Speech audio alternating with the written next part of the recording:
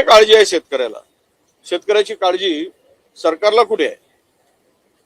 शेतकऱ्याला काही द्यावं अशी दिसते काय भूमिका? आज कवडीमोल दरानं शेतकरी, बरं एक चांगलं झालं की सोयाबीनचे भाव थोडे वाढले, कारण इम्पोर्ट कमी झाला बाहेरून येणारा, त्यामुळे थोडेसे वाढले.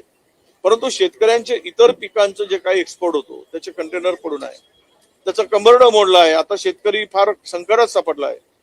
त्याला भरीव मदतीची घोषणा आहे सगळं करून सरकारने या अधिवेशनात केली पाहिजे.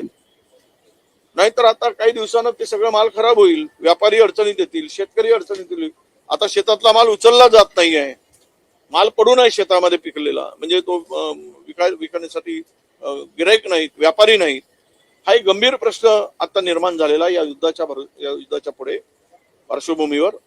तर यावर गांभीर्य दिसत नाही सरकारचंही दुर्दैवानं म्हणावं लागतं की म्हणजे शेतकऱ्यांच्या अडचणीला, संकटाला हे सरकार उद्योगपतींना ज्या तडफेनं धावून जातं त्या तडफेनं शेतकऱ्यांच्या मदतीला धावून जाताना या सरकारची भूमिका नाही.